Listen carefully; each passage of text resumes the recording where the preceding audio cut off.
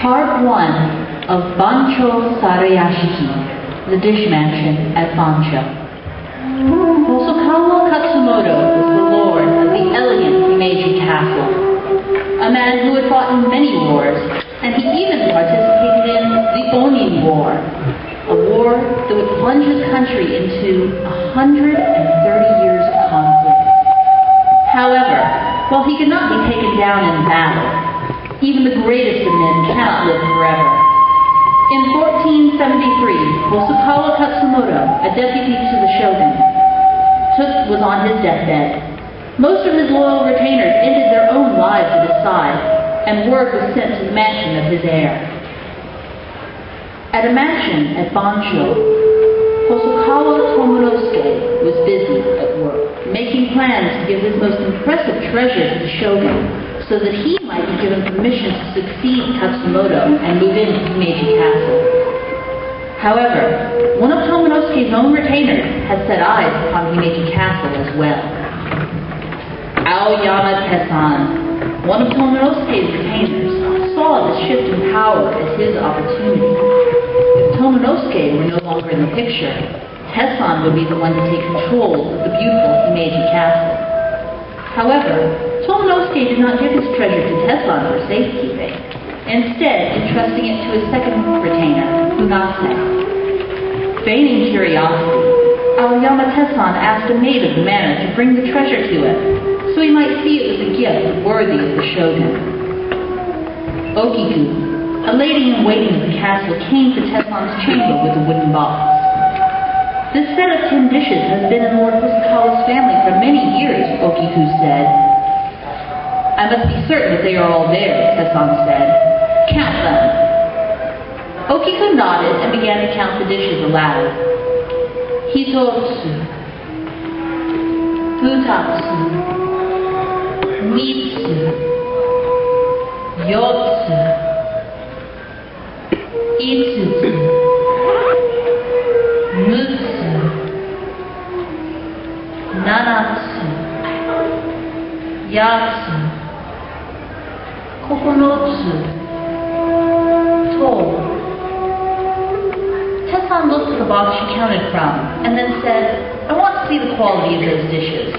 Show me one of them. Though feeling uneasy, Okiku complied with Lord Aoyama's order. Tessan took the dish from her to examine it more closely, but Okiku grew more nervous as he eyed it. Finally, Tessan looked toward Okiku and told her bluntly, If you do not kill Hosokawa Tomonosuke, I will keep this plate and tell him you stole it. Okiku was shocked by his words, but she firmly refused him. I am betrothed to Lord Funase. I could never betray him and murder his master. I could never betray his love and trust. Tessan laughed and asked coldly, How much love would he have for you if you lost this plate? If only 9 of the 10 dishes from the Lord of Bancho arrived, the shogun would understandably feel slighted. Funase would quickly abandon me. Seeing that Okiku was unnerved by his words, Tessan returned the plate to her. A terrible crash sounded out. Okiku had shattered the plate on the edge of the box.